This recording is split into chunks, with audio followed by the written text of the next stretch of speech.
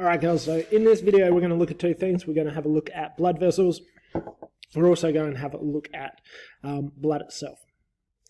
Alright, so your circulatory system, you really got it made up of three parts. So we've looked at the heart already, okay, but the other two components are your blood vessels and your blood. So those three things work together to make this system. So if you think about it like pipes, okay, your heart's the pump, your blood vessels are the pipes, and then the blood itself would be the water going through it. The other way to look at it would be like blood vessels acting as like your motorways. Okay, so it's what carries stuff around. Three types of blood vessels that we're going to look at it. So you've got your arteries, veins, and capillaries. So arteries carry blood away from the heart.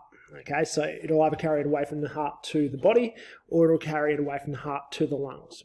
All right. The main thing with these is their structure. So they're a lot stronger.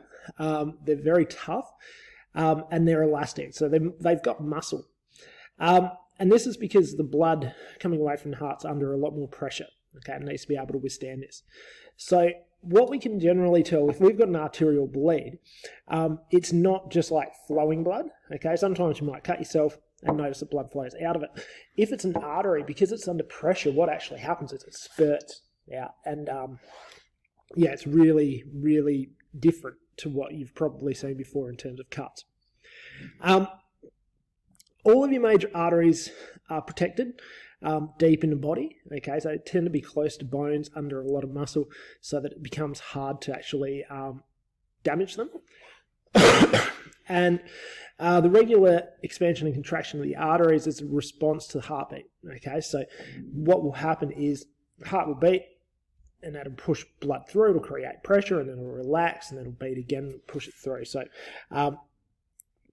yeah, slightly different to how blood goes through the other ones. The second blood vessel that we have is what's called a capillary. So these are the smallest vessels, and the aim of these is to reach every cell of the body. So capillary walls, so the walls of the actual blood vessel itself, are 1 cell thick, and this allows substances that are in the blood to go through the walls really easily. So we want to get things like glucose and oxygen from the blood out to cells.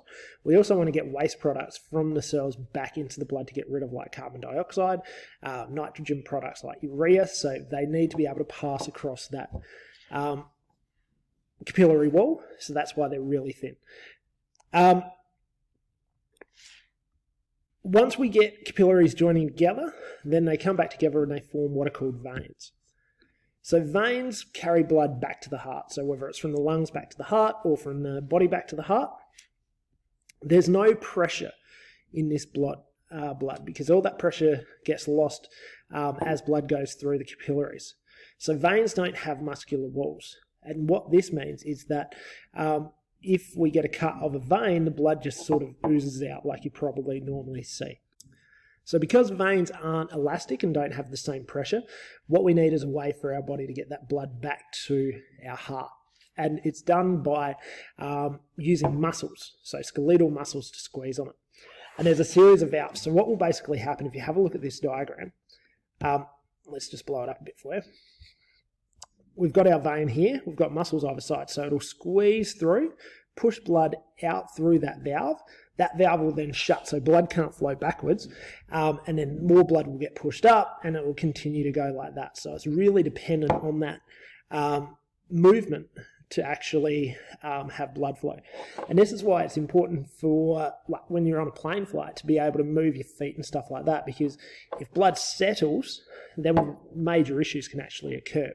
And it's not just going to come back from your lower extremities on its own. It needs muscular movement. So that's why they sort of tell you when you're on long haul flights, make sure you get up, move around, move your feet, things like that, to keep blood flow going from your feet back up to your heart. So in terms of our sequence, blood goes from arteries out through capillaries, back into veins, and back to the heart. Okay, and this can happen either in the body or in the lungs.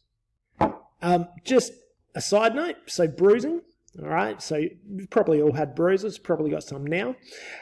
Bruising occurs when capillaries burst, and basically it's blood leaking into tissue, all right, so it takes a little bit to heal once the blood's broken down and removed by the body, okay, but what you actually see with a bruise is that blood that's leaked out of a burst capillary.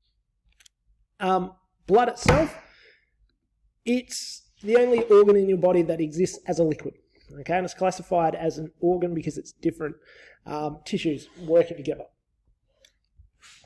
The average adult has about 5 litres of blood in their body, okay, and there's 4 things that make it up. So you've got 2 cells, red blood cells and white blood cells.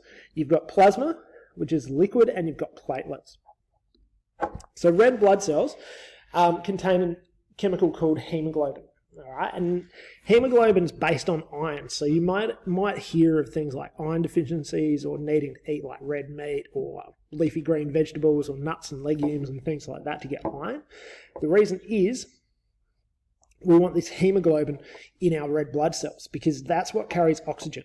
All right, and when our blood cells are carrying a lot of oxygen, that hemoglobin is bright red. Okay, so red blood cells. The second type of cell we have are white blood cells. So they're bigger than red blood cells, and the main thing they do is they fight off disease. So they're our immune response. There are different types. You don't need to know the different types at this stage. You just need to know that's what they do. The liquid that the blood cells are suspended in, that's the plasma. Okay, so it's a clear yellowish liquid. It's about 90% water. There's other materials in there such as nutrients and waste like urea and glucose and all that sort of stuff. And then your blood cells and your platelets are just suspended within that liquid. And then the final component is what's called platelets. So that's what causes clotting. So if you cut yourself, platelets will come along and clot it up so that you don't bleed excessively. If you have too many platelets, your blood can clot in your blood vessels, and that's a bit of a problem because then blood clots can dislodge. It gets messy after that, okay? But just in general, bit graphic, but you've got your plasma, which is the liquid, the yellowy liquid, suspended in that. You've got your red blood cells, you've got your white blood cells, and you've got your platelets, okay? And blood does actually easily settle into different components. So if we have a look here, this is some blood that's settled out. The yellowy liquid at the top, that's your plasma. Much less dense, so that's why it's at the top. You've got your much more dense red blood cells down the bottom, and your white blood cells and platelets form a layer in the middle. That's where they sort of sit.